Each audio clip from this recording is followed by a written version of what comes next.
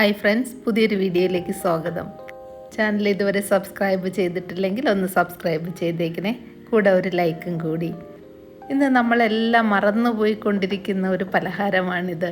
ഇത് കണ്ടപ്പോൾ എൻ്റെ തലമുറയിൽപ്പെട്ട ആൾക്കാർക്ക് മനസ്സിലാവും, അന്നൊക്കെ മിക്ക വീടുകളിലും ഇത് തന്നെയായിരുന്നു പലഹാരം. പലർക്കും മനസ്സിലായി കാണും, ഇത് പണ്ടത്തെ കൊഴുക്കട്ട തന്നെ.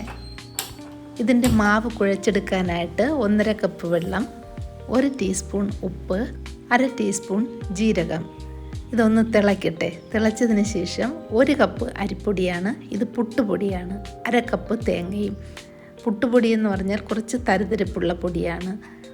സാധാരണ ഇടിയപ്പത്തിൻ്റെ പൊടിയൊക്കെ ആണെങ്കിലും കുഴപ്പമില്ല, പക്ഷേ ടേസ്റ്റ് ഈ ഒരു തരിതരിപ്പായിട്ടുള്ള പുട്ടുപൊടിക്കാണ്. ഇതൊന്ന് ജസ്റ്റ് മിക്സ് ചെയ്താൽ മതി. ഇതിൻ്റെ ചൂട് കൊണ്ട് തന്നെ ഈ അരിപ്പൊടി നന്നായിട്ട് വെന്ത് കിട്ടും. മുമ്പൊരു വീഡിയോയിൽ ഞാൻ ചമ്പാ പുട്ടുപൊടി കൊണ്ട് ഇതുപോലെ തന്നെ കൊഴുക്കട്ട ഉണ്ടാക്കിയിരുന്നു. വളരെ ചെറുതായിട്ടാണ് അത് ഉരുട്ടി എടുത്തിട്ടുള്ളത്. നല്ല കുഞ്ഞുങ്ങൾക്ക് നല്ല ഇഷ്ടമാകുന്ന കുഞ്ഞു കൊഴുക്കട്ട. എനിക്ക് തോന്നുന്നു ഈ മലബാർക്കാരുടെ പിടിയൊക്കെ നമ്മുടെ ഈ കൊഴുക്കട്ടയിൽ നിന്ന് ഉണ്ടായതാണെന്നാണ്. പിടിയുടെ റെസിപ്പിയും ഞാൻ ഇട്ടിട്ടുണ്ട്. ഇതൊരു 5 മിനിറ്റ് അടച്ചു വയ്ക്കാം. ഇപ്പോൾ കുറച്ചൊന്ന് തണുത്തിട്ടുണ്ട്. ഇതിനെ ഒരു പാത്രത്തിലേക്ക് ഇനി മാറ്റാം. എന്നിട്ട് ഇതിന് ചെറിയ ചൂടോടെ തന്നെ നമുക്കിതൊന്ന് കുഴച്ചെടുക്കണം.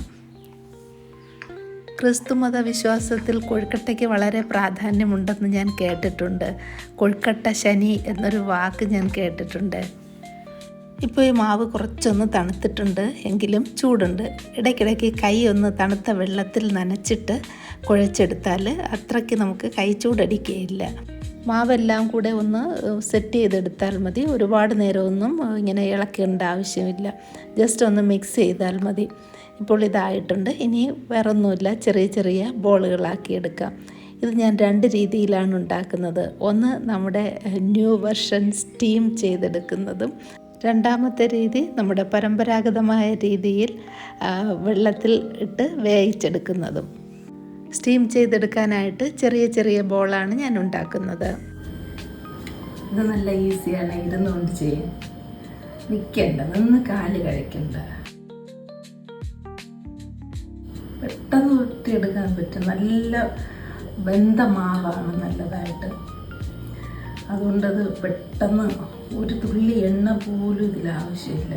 ഇതിൽ കുറച്ച് വലിയ ഉരുളകളും ഉണ്ടാക്കിയിട്ടുണ്ട്. അത് വെള്ളത്തിലിട്ട് വേവിച്ചെടുക്കാനാണ്. സ്റ്റീം ചെയ്യാനായിട്ട് ഇതുപോലൊരു പ്ലേറ്റ് എടുക്കാം. ഇത് ഇഡ്ഡലി പാത്രത്തിൻ്റെ കൂടെ കിട്ടുന്ന തട്ടമാണ്.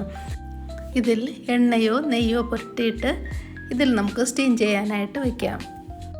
ഇത് ഉരുട്ടി ഉടനെ തന്നെ നമുക്ക് സ്റ്റീം ചെയ്യാനായിട്ട് വയ്ക്കണം, അല്ലെങ്കിൽ ഇരുന്ന് ഡ്രൈ ആയി പോകും. സ്റ്റീം ചെയ്തെടുക്കുന്നത് ഇതുപോലെ പാനിൽ വെച്ചാണ്. നല്ല എളുപ്പമാണ് ഈ പാനിൽ വെച്ച് ഇതുപോലെ സ്റ്റീം ചെയ്തെടുക്കാൻ. 10 മിനിറ്റ് ഇരിക്കട്ടെ. ബോയിൽ ചെയ്യാനുള്ള വെള്ളം തിളച്ചിട്ടുണ്ട്. തിളച്ചതിന് ശേഷം അതിലേക്ക് ഈ ബോൾസ് ഇടാം. ഇതിൽ വെള്ളത്തിന് ആവശ്യമായിട്ടുള്ള ഉപ്പ് കൂടി ഇട്ട് കൊടുക്കാം. ഇതും ഒരു 10 മിനിറ്റ് വേകട്ടെ. ഒന്ന് തിളച്ച ശേഷം മീഡിയം ഫ്ലെയിമിലാക്കി വയ്ക്കാം. ഇപ്പോൾ നമ്മുടെ സ്റ്റീംഡ് കൊഴുക്കട്ടയും ബോയിൽഡ് കൊഴുക്കട്ടയും റെഡി ആയിട്ടുണ്ട്. ഇതൊക്കെ കാണുമ്പോഴായിരിക്കും നിങ്ങൾക്ക് ഓർമ്മ വരുന്നത്, ഇങ്ങനെയുള്ള പലഹാരങ്ങളൊക്കെ ഉണ്ടാക്കിയിട്ട് വർഷങ്ങളായല്ലോ എന്ന്. ഈ കൊഴുക്കട്ട നോക്കിക്കേ, നല്ല ബോൾ പോലെ വീർത്തിരിക്കുകയാണ്. ഇത് താഴെ ഇട്ടാൽ ഇത് തുള്ളിക്കളിക്കും, ആ രീതിയിലാണ് ഇരിക്കുന്നത്. ഇതിനി ചൂടോടെ തന്നെ കഴിക്കുന്ന പാത്രത്തിലേക്ക് മാറ്റാം.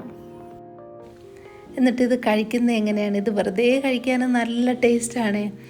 ഇതിൻ്റെ പുറത്ത് ഞാൻ കുറച്ച് ശർക്കരയുടെ പൊടി ഇടുകയാണ്. ശർക്കരയുടെ പൊടി ഇട്ടാൽ നല്ല ടേസ്റ്റായിരിക്കും. പഞ്ചസാരയേക്കാളും ശർക്കര പൊടിയാണ് നല്ലത്. പിന്നെ ഇതിനകത്ത് ശർക്കരയും തേങ്ങയും വെച്ചൊക്കെ ഉണ്ടാക്കാറുണ്ടല്ലോ. ഇനി നമ്മൾ വെള്ളത്തിൽ വേവിച്ചെടുത്ത കൊഴുക്കട്ട എങ്ങനെയാണെന്ന് കാണണ്ടേ? നല്ല കൊഴുത്ത വെള്ളമായിട്ടാണ് ഇത് കിടക്കുന്നത്.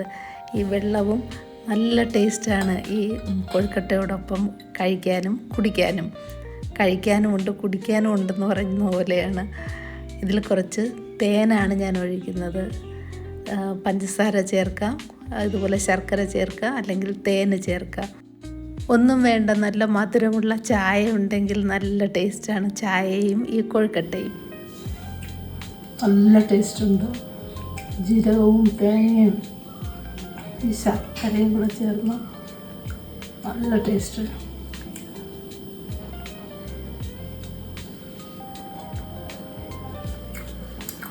വളരെ ഹെൽത്തി. നോക്കട്ടെ.